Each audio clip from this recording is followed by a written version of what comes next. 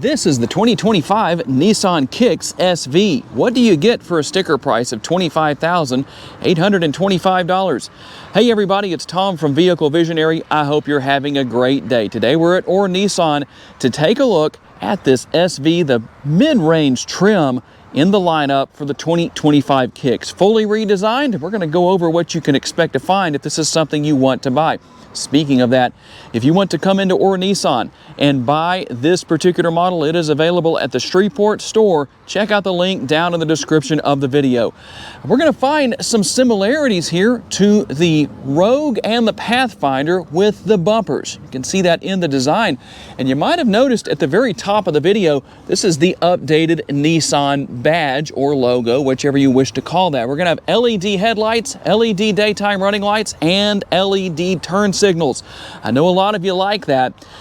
And as far as the daytime running lights go, I like that the daytime running lights have a seamless flow into the grille, or maybe the grille flows into the daytime running lights, whichever way you choose to look at that. But it all flows together and has a nice, clean look. And for those of you who say, Tom, I'm glad they redesigned the Kicks for 2025, but my one problem over the years has been that I need an all-wheel drive subcompact SUV. Good news, for the first time, the Kicks is now available with all-wheel drive. We'll also find new wheel designs. In this particular case, we're looking at the 17-inch wheels. What do you think? Tell me what your thoughts are on the overall look and design of these wheels. As far as the tire and wheel setup goes, the sizes, we're looking at 215 on our width and a 60 series sidewall. As we move up to the side view mirrors, you'll have gloss black mirror caps. They're manually folding, as you can see. They're power adjustable, and you have your blind spot information system, blind spot monitoring built in. And you might have heard the beep right there. The remote is a proximity key. It allows you to have the feature where you walk up and the vehicle unlocks, you walk away and it unlocks, and you can go into your infotainment screen and make adjustments accordingly to that particular feature. For those who want a side profile view, here you go. And you can see that we have a nice balance here. A little bit of chrome, we have the gloss black with the mirror caps, but other than that, there's not a ridiculous amount of gloss black on the exterior of this Kicks. Some people like that. Tell me who you are where that's concerned. Do you like it? Do you not? But I think it works. Now, let me pull the remote out here. You just heard that beep, and that's because this is a proximity key. You can set it to lock and unlock the vehicle as you approach or walk away, depending on what you need. And we're going to have nice, clean lines. Overall, I think what they've done here, as far as what Nissan has done, works really well. I like the lines working their way up all the way to the quarter window right here. You can see the Kicks logo right there. Hopefully that shows up. I can see it really well in person, but I'm not sure if it's showing up with the camera. Things finish off here with the rear roof spoiler, or the rear window spoiler, whichever you wish to call that, a tailgate spoiler, what some manufacturers call it. That not only looks nice, but it allows air to be channeled over the rear window when the vehicle is in motion. That helps to keep that nice and clean. But when it does need to be cleaned, or when it's raining, obviously you have your rear window wiper. I like the finish off look with the taillights here because they match what's on the front end. It works well, it looks nice, and it flows perfectly. Now, we don't have exposed exhaust here. You can see the exhaust pipe over on the left-hand side right there out of the muffler, but you don't have anything actually coming through the rear of the bumper. It gives it a little bit cleaner look. Under the hood is the 2-liter dual overhead cam 4-cylinder. It makes 141 horsepower and 140 pounds-feet of torque. That will be mated to an Xtronic CVT. It is a naturally aspirated engine for those of you who don't care for a turbocharger. How about your MPGs? Well, we're looking at 28 city, 35 highway, 31 combined, and 3.2 gallons of gas per every 100 miles driven. And speaking of MPGs, how much gas can this Kicks hold? It has an 11.9 gallon gas tank, and you also have capless fuel fill. Gaining access to the cargo area is as easy as pushing the button right here. And you don't have a power tailgate, but it is dampened, so once you lift up on it just a little bit, it's going to go ahead and take over. That dampening is going to take over and make it very easy to finish the process. You don't really have to do anything at that point. 30 cubic feet up to a maximum of 60 cubic feet. Have the seats folded down, and you'll find a little bit of storage space behind the fender wells on each side. And there is storage space underneath the floor right here. Now you might wonder about a spare tire. You do have a tire repair kit, no spare tire here. A little unusual to see that with a vehicle that's not a hybrid, but that is the situation in case you were curious to know. And going back to the subject of that spare tire, there is an available spare tire. Not quite sure why they don't just automatically come with one, but that is the situation. As far as overall size differences, if you're curious about that, we're looking at roughly 1 inch in all directions. Let's see what else we can find based on what is here for your rear seat passengers. The armrest seems to be pretty comfortable, and you have the bottle holder right here. I'd call that more of a bottle holder than a door bin, but there is some space there. We're gonna have a rear seat pocket on the passenger seat over there, and you can see the design of these seats. They are pretty comfortable. Another common question I receive in my videos, can these seats recline? No, they don't. They do have some recline built into them, but you can't change that position. And as far as the rest of the rear seat goes, there is quite a bit of space back here. I'm 5'10".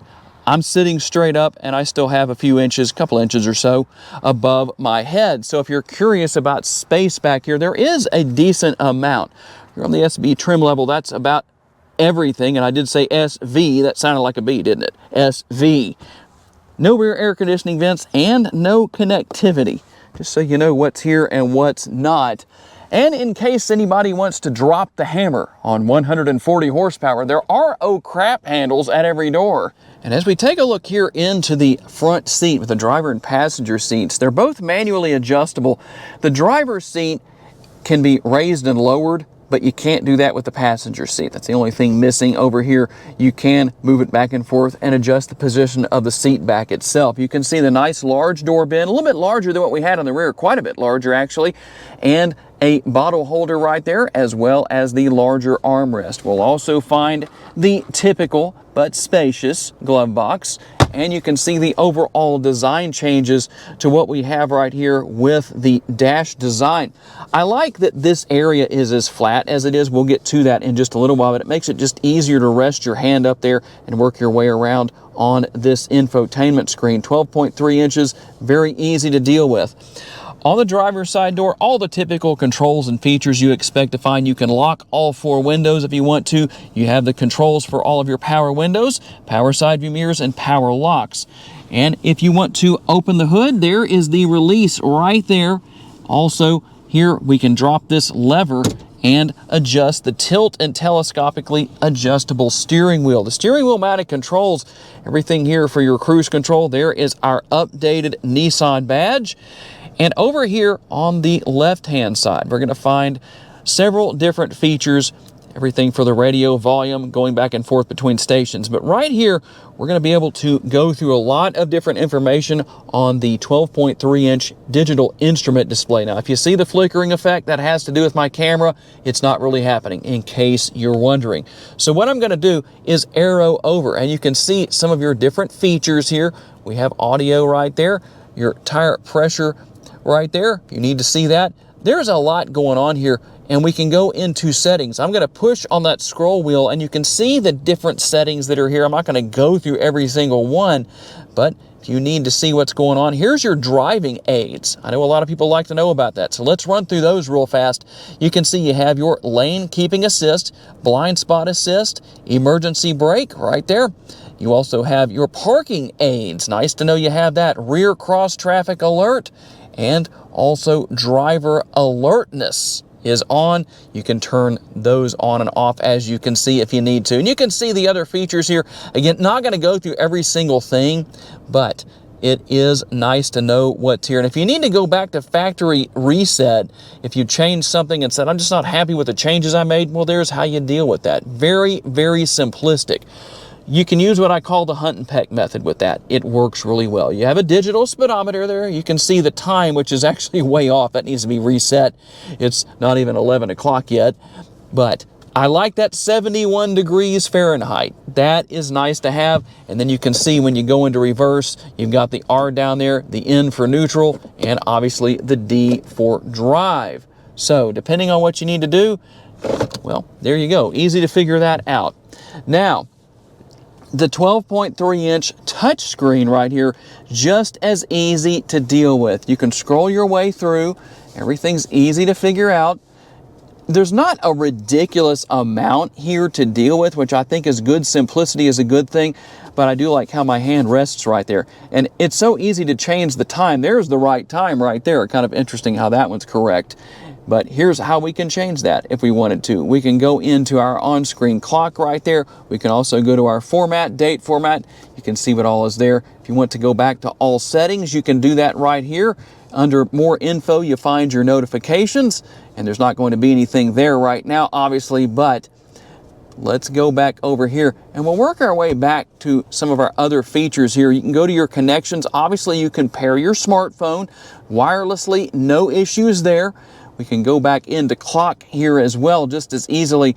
And then you see edit user, general, all that stuff is here. And you see camera right there. Let's look at our backup camera. You can see what we have, and pretty simple, just a basic backup camera, nothing major, but it is nice to have that rear view camera back there for when you're backing up.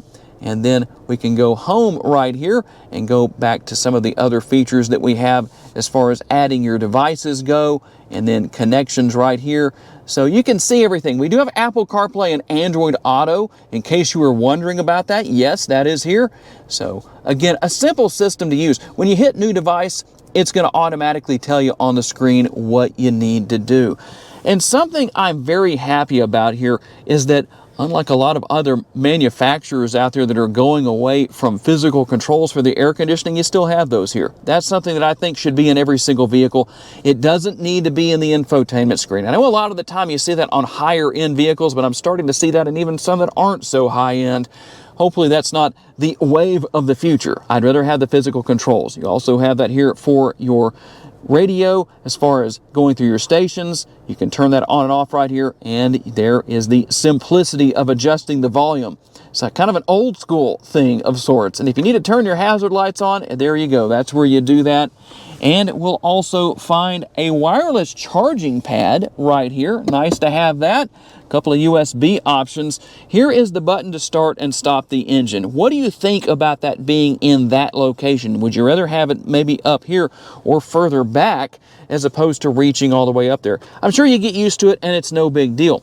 There's your power parking brake. You have auto hold, which I'm going to turn that off for the test drive. Your drive mode selector is right here. This is nothing new for Nissan, but I did want to show you here. When you go through your modes, you're going to find that you have standard, eco, and then we also have sport.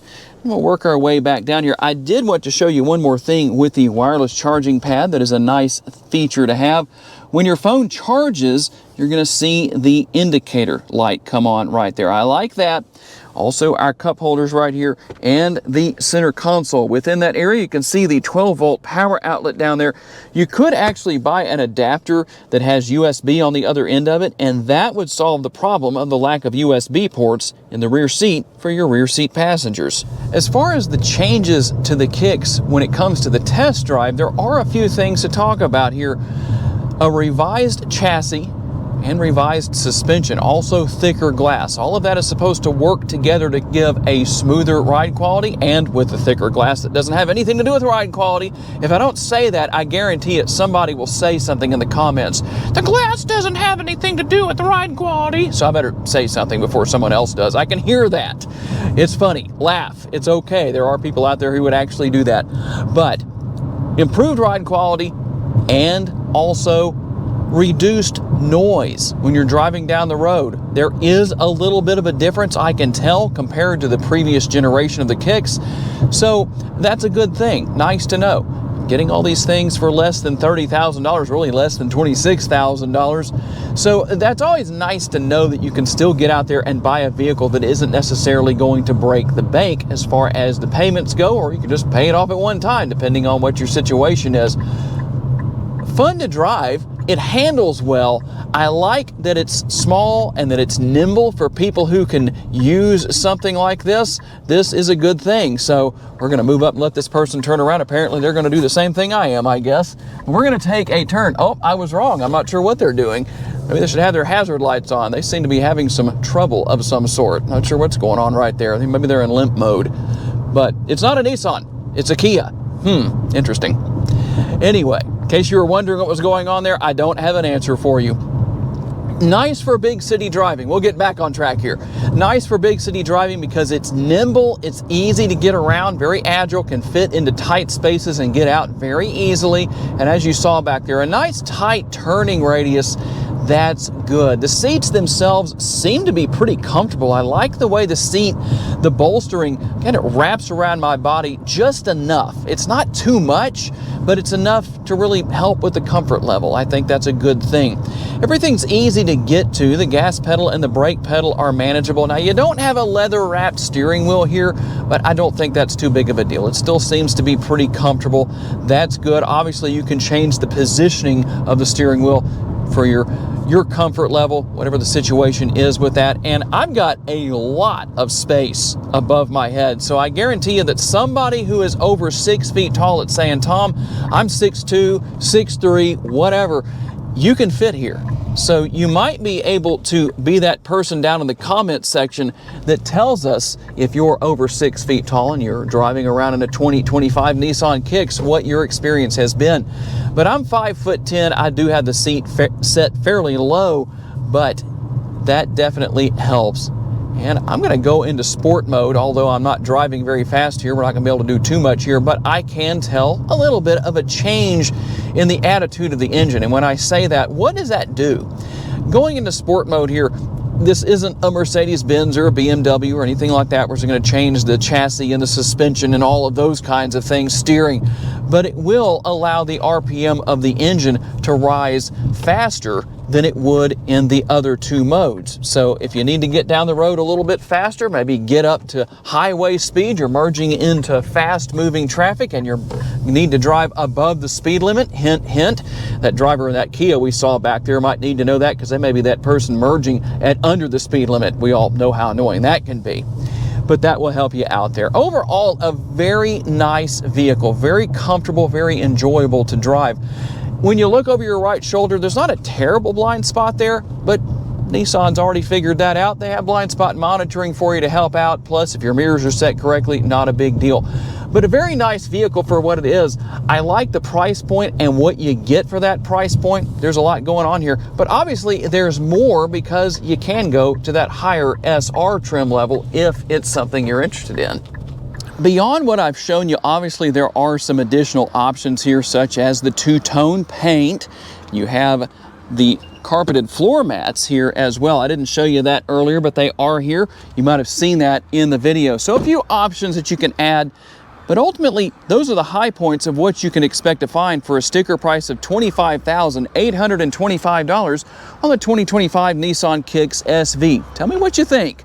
I do want to say a special thanks to my friends at Nissan for loaning me this Kicks for the day, and a special thanks to each and every one of you for being kind enough to give me the opportunity to give you a vision for your next vehicle. If you enjoyed this video, please be sure to hit the like button. That helps me out a lot. Make sure to share this video on your timelines on social media. That way other people can see it. And make sure to subscribe to the Vehicle Visionary YouTube channel. That way you don't miss any future videos. If you'd like to learn about additional vehicles you may wish to consider purchasing, check out the video that's on the screen right now, and I'll see you there.